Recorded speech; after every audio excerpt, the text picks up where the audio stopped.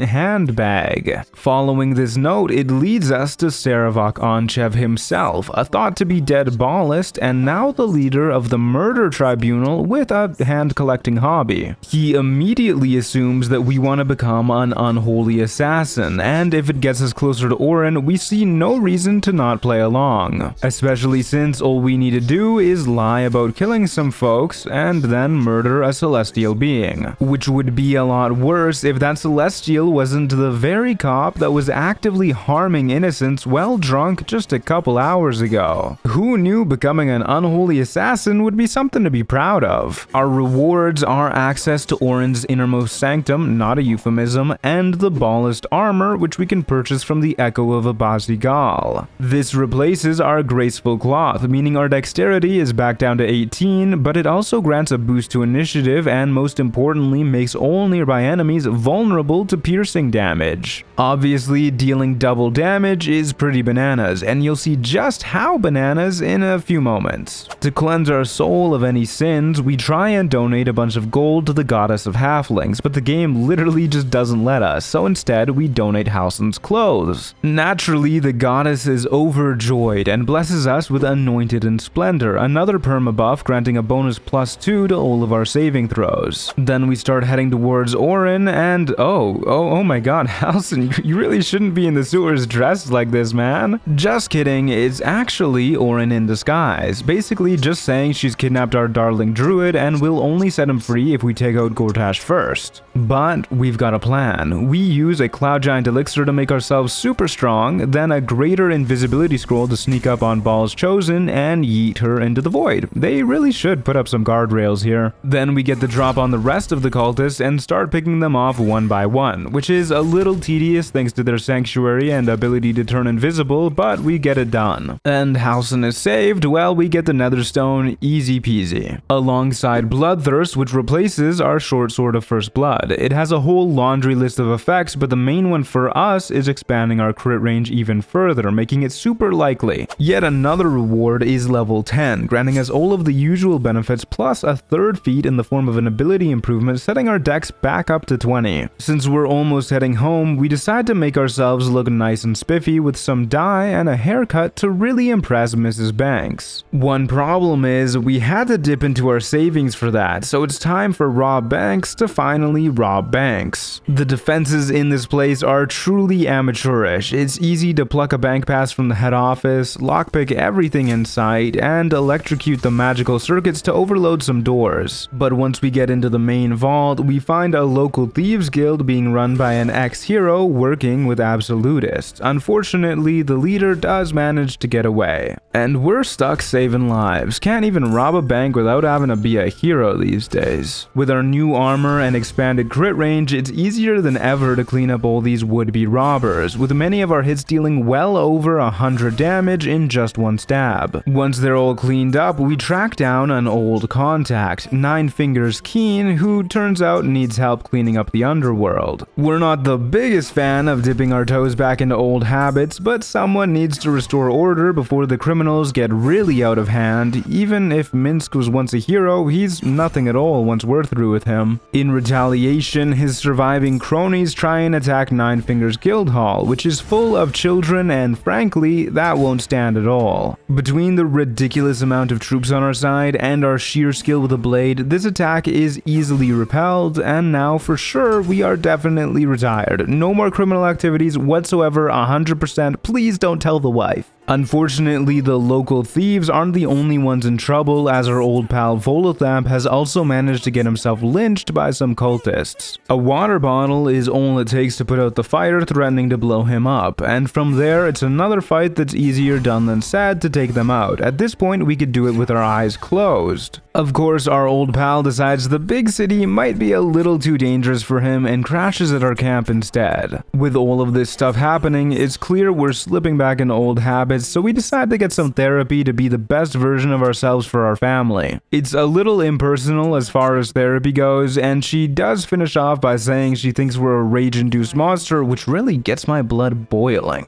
But to make matters worse, she also reveals herself to be a Sharan cultist wanting to cut a deal with us in her basement. Before we meet her there, we do get level 11, granting us our final boost to our sneak attack damage, setting it to 66, and reliable talent. This neat little feature makes it so that when we make an ability check that we're proficient in, the lowest we can roll on any given die is 10, basically meaning our rolls are all but guaranteed to succeed. Once we're in the basement, she starts yapping about some girl named Shadowheart and gets real dang mad that she's not with us for some reason. Regardless, these Sharans go down with a good dagger to the throat, the same as anyone else. Only problem is they can see through our fog clouds, resetting combat every time we hide. So we start constantly getting surprise rounds on them, killing as many folks as we can before they get to act, and then letting them reset combat just to do it all over again. It's not very challenging to do so long as we stick to our routine properly, and with our damage output, we don't really have to worry about folks healing when combat breaks since we one-shot most of them. Viconia herself is a bit annoying though. Since she has Sanctuary, we need to let her make the first move on us, and even once it's gone, she knocks us prone when we try and stab her. But it's nothing that a second stab can't solve. She doesn't even realize that she dies. Once they're all out of the way, we get snooping around and find a note about a memory-stealing mirror. Sure enough, just in the other room, we find exactly that, and with a single check, we manage to control what it's capable of, granting us the memories of a world-class thief to bump our dexterity up to a whopping 22, putting us well above what most mortals are capable of. Mrs. Banks is gonna love this. At this point, I also learned that the crater flesh gloves from the Echo of Abazigal have a funny interaction where they trigger multiple times with a sneak attack. So naturally, these will be our brand new gloves going forward. And of course, we gotta test them on something, so we might as well put them to good use and rid the city of Saravak Anchev once and for all. As expected, we do phenomenal damage, but not quite phenomenal enough as one of his cronies casts heal and sanctuary on him, making sure that we can't kill him. All this really means is as the fight goes on, we take out these blood-soaked buffoons one by one, with each going down to just a single blow. Then all we do is stay immortal until Saravak's sanctuary runs out and we get him in a few quick shanks as well. So much for the ballast bane of Baldur's Gate. Elsewhere in the city, we find a poor lady whose child has gone missing. To no one's surprise, the cops she's begging for help are useless, so we decide to step in and help her ourselves. Our trail leads us to a group of folks hunting a hag, one of whom has been hexed. Upon breaking said hex, we realize Mayrina is the leader of this group, and one of her floundering followers is actually the hag's goon in disguise. Unfortunately for them, they had the bad luck to bump into Bobby Banks. And the merry crew here gives us a reward in the form of Hag's Bane and some books on how to deal with hags, which is especially useful since we bump into another familiar face from Act 1, Auntie Ethel, who as it turns out has eaten the young girl that we're looking for and has her sitting in her stomach still alive. Before we can do anything to her, she poofs away to her lair and leaves us to deal with yet more goons. However, we're well past worrying about something as measly as goons. Then we're off to her basement, chasing her down much the same way we did in Act 1. This time, however, we've gotta make sure the kid's safe, using the Hag's Bane we got earlier to make Ethel vomit out the kid fully intact. The other thing keeping her alive are these mushrooms, which fully heal both themselves and Ethel each round so long as they're alive. And since they're objects, they're completely immune to our sneak attacks. Luckily, we have plenty of alchemist fire which stop their healing and arrows to finish them off. In case you're wondering, we can one-shot Ethel, but if the mushrooms aren't dead, then she comes right back to life the very next turn. With a few more arrows of Ilmater and many rounds of being immortal, we manage to take out the remaining 2 mushrooms. Once they're finally gone, Ethel follows shortly afterwards, and just like that, yet another kid is saved. As wonderful as it is to do all of this little stuff, it's time to take out Gortash, starting by infiltrating his Steelwatch foundry. We chat with one of the enslaved workers here who tells us they can't revolt because their families are being held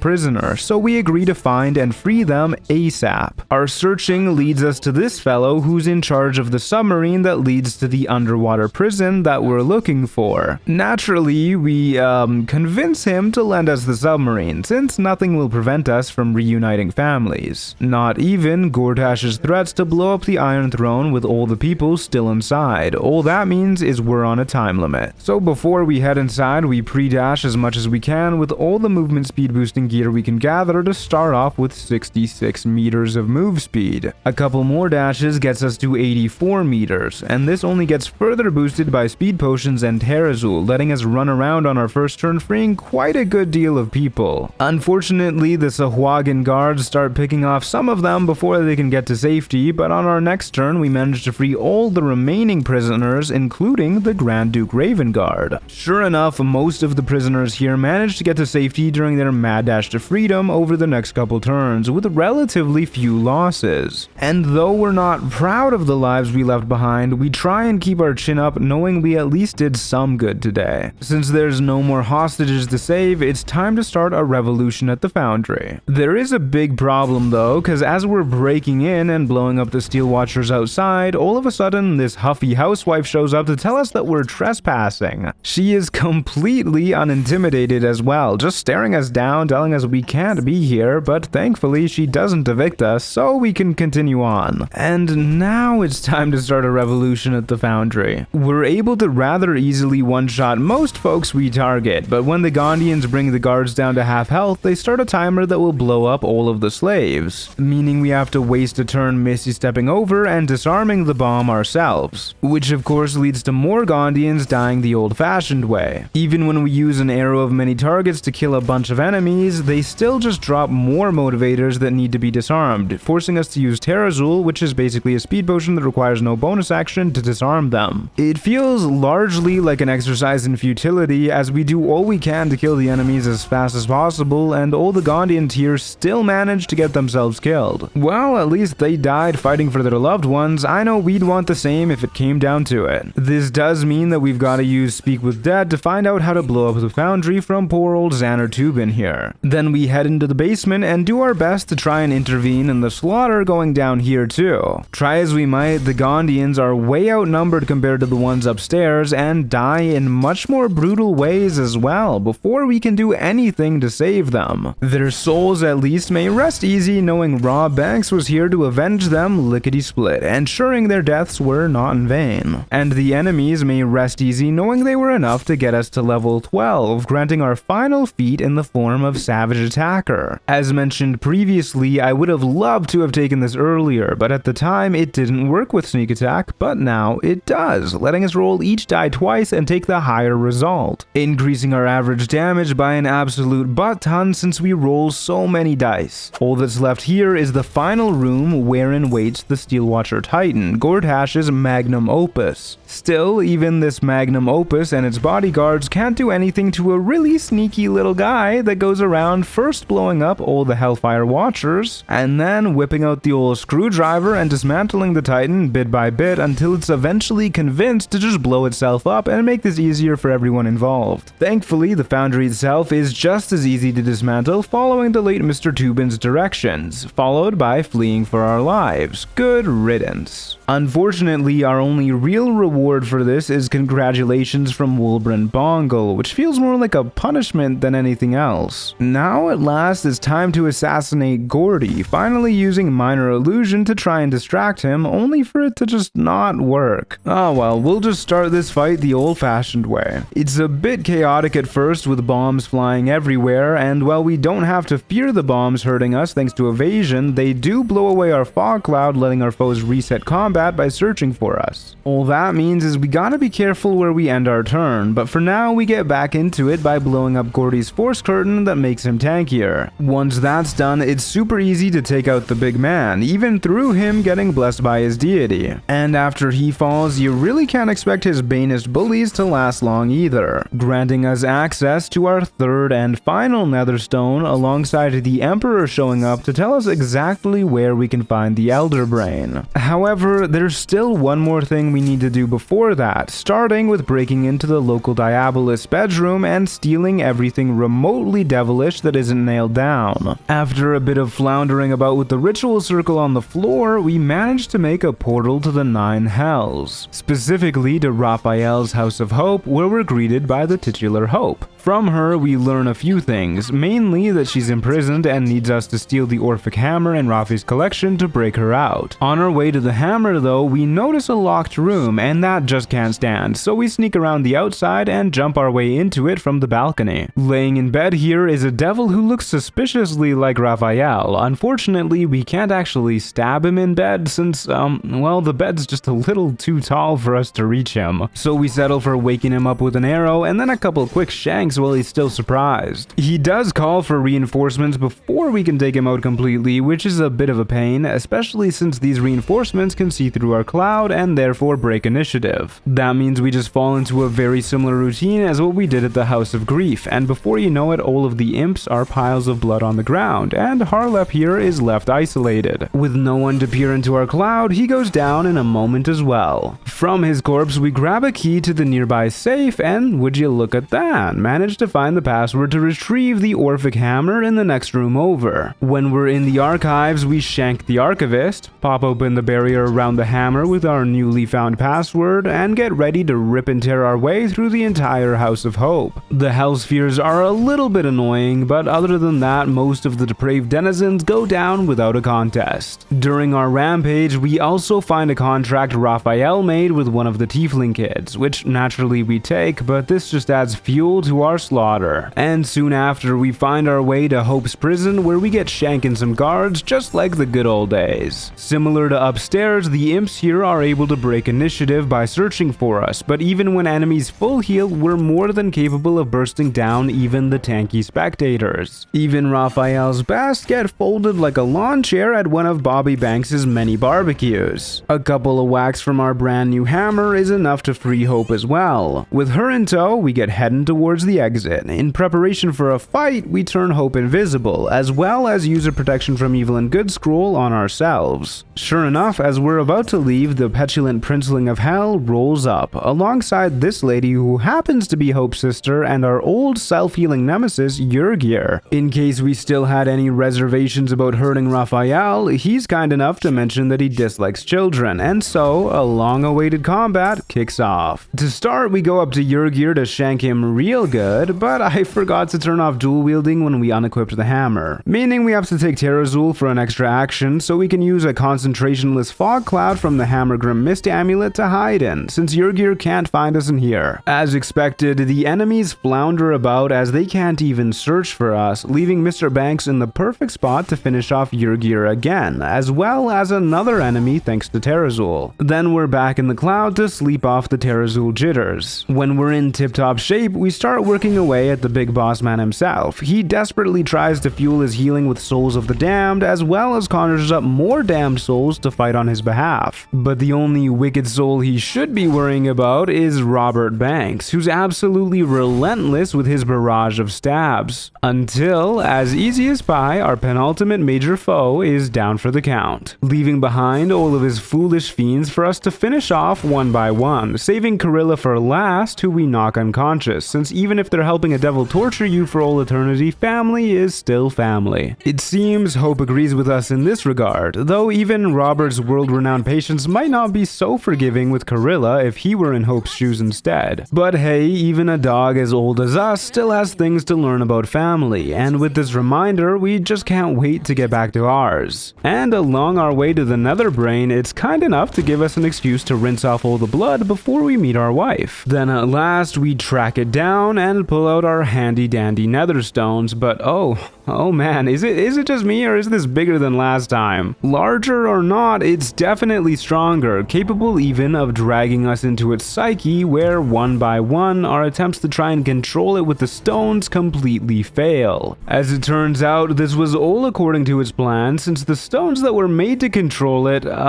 don't do that anymore. Yeah, before we can get God for good, the Emperor shows up at just the last moment to save us and take us away to his astral bachelor pad. Problem is, while we're figuring out our next move, the Nether Brain has very quickly started to destroy the whole city. Back at home base, it turns out our issue was that we weren't capable of thinking the stones at the Nether Brain hard enough. If we wanted to do that, we'd need to be an illithid. Even with that known though, we tell him we're gonna free Orpheus now that we have the hammer, and he dips off to go join his mortal enemy rather than risk having a conversation with our dear Gith Prince. In fairness, once we do free him, he does immediately threaten to kill us, before shortly accepting the truth of the situation, that we must work together to defeat the Brain. He even goes so far as to transform himself into an illithid to be able to wield the Netherstones properly and get us home to our family largely unchanged, at least on the outside. So we step outside and get ready to make our final stand. First, we head to the nearby building and find Bjorn Wunterbrood giving a speech to a surprisingly full room of allies who have shown up in our time of need. We give the world's most incredible speech to boost morale, and the crowd really goes wild. I'd show it to you, but you really had to be there. Well said. Finally, we step out and get heading towards the Brain, only to watch the world's bravest guard with the most handsome name get deleted right before our eyes. Matthew shall be avenged as we break into the nearby sewers, hoping to avoid the large portion of the army. Instead, finding a powerful strike team just hanging out down here, hunting the rats, I guess. It's all-out war down here as we summon our allies, who immediately get work blowing things up, while our enemies take a note from their playbook and start doing likewise. As the enemy's numbers dwindle, ours only increase, and having a powerful mind flayer on our side certainly doesn't hurt either. A few more bombs fired into the enemy ranks thins them down further. A black hole eliminates all but a few of them, and a well-placed arrow is just what we need to clean up the sewers. Soon after, we pop our heads out and sneak over closer to the Brain, only for a nautiloid to start raining down fire on poor old Orpheus. Luckily, our marvelous mind flayer can simply levitate up to the very top, taking us with him. From here, we prep with some heroism elixirs and get it climbing all the way up the Brainstalk. God knows why we can't levitate up this too. Once we get to the top, look who should show up but our old friend the Emperor, thinking riding a dragon makes him look cool, and no, I'm not at all jealous, don't ask. Either way, the final fight kicks off at long last, starting with Orpheus using a dimension door scroll to whisk the both of us to the crown of Karsus, whereupon Bobby uses a speed pot to shank the closest illithid. Then we use a featherfall scroll to bait out counterspells before dropping a globe of invulnerability to keep both of our heroes safe and sound, letting our tentacled friend start channeling the Netherstones. Enemy after enemy tries to stop us from finishing our channeling, but we are unbreakable, tanking through stun after stun until it gets back to Orpheus and we open up a portal to the Brain's psyche. When we're both inside, Orpheus uses Fierce Perilous Stakes to expand our crit range and give us extra psychic damage on our stabs. So when we do stab the Brain, it starts shredding through its gray matter for hundreds of damage at a time. It does get to live till next turn, but that just means we get even more Fierce Perilous Stakes all stacked up together, allowing us to finally destroy the Nether Brain once and for all and rid ourselves of the final roadblock in our long journey home. With its psyche weakened, we use the stones to cause the Brain to destroy itself alongside all of its servants. While we're at it, putting on a fireworks show for all the kids at home. But all is not well. Orpheus feels he's better off dead than returning to his family in his illithid form. We try to convince him otherwise, but to no avail, and we're left with a hard choice. One that we must make anyways, as we put our hero and our brief friend to rest. How could we refuse his wishes when we'd ask for the same? At the very least, we'll tell his story to our kids at bedtime. Maybe when they're a bit older, though. For now, it's time to hit the road, as Bobby Banks can't help but wonder what delicious home-cooked dinner is waiting for him at home. Big thanks to all of you who made it to the very end of this video, and happy holidays as well from both me and the Banks family. And as always, a special thanks to our Storyteller tier members, Bunny Warren, Okan Khan, Damon, Mark Rainbow, Vivian, Garrett Sapp, Rat King, Lovely Velvet, Apricot Antlers, Lumina, Chance Hine, Game Life Coaching, El Guardia, Cluck Vader, Cody Lumi, Spark, and Ramon Standalone.